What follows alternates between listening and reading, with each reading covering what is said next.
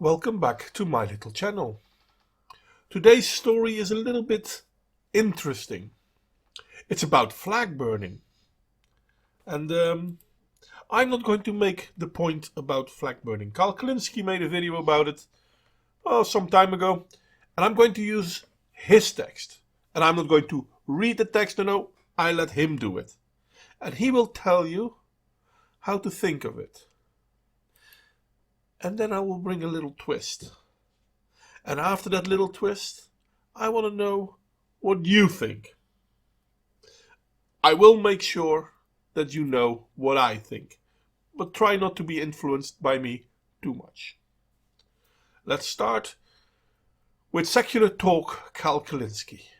We have a sad story here that happened on the 4th of July. Huffington Post explains, a young man who wasn't feeling very patriotic decided to burn an American flag and tell the world about it on Facebook, only to get arrested the next day after neighbors complained.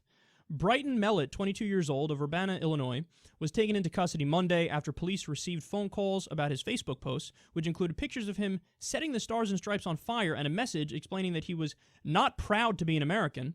He said, in this moment, being proud of my country is to ignore the atrocities committed against people of color, people living in poverty, people who identify as women, and against my own queer community on a daily basis. Now, he eventually pulled that down. They continue, it turns out that Mellett had been charged under Illinois' flag desecration statute, a relic from another era, since the Supreme Court ruled more than 25 years ago that flag burning is expressive political conduct and as such is protected by the Constitution. Okay, so let me be crystal fucking clear about this. It doesn't matter if you agree or disagree with the flag burning, with this guy's opinions or whatever. He is constitutionally and legally allowed to burn a flag. And when somebody arrests him for it, okay, this drives me fucking crazy because apparently we have law enforcement all around the country that have no clue about basic constitutional protections. This was a massively famous case where the Supreme Court decided, of course they have the right to burn the flag. Even Antonin Scalia, a big-time conservative, far-right conservatives, like, it doesn't matter if I agree or disagree with this person's opinions. They have a right to express it in a free country. So you can't fucking arrest them for burning a flag? That's obvious. What is this, fucking North Korea? That's how we act? Freedom has to mean something. Does it mean you have the freedom to burn a flag? Of course it does. There's no victim there. Oh, my feelings are hurt. I don't agree with that opinion. Let me lock you up in a fucking cage. No. That's a horrible way of thinking, and that's an authoritarian way of thinking. Patriotism isn't avoiding burning a flag. Patriotism is understanding that you live in a country that allows you to burn a flag without putting your ass in jail. That's real patriotism. Understand the Constitution. See, the thing is, I do not disagree with him. So I let this play unaltered. I mean, this is what he's saying. These are his words. And I have to admit, I agree. So here comes the interesting part. Because flag burning in itself is political speech and is therefore also free speech.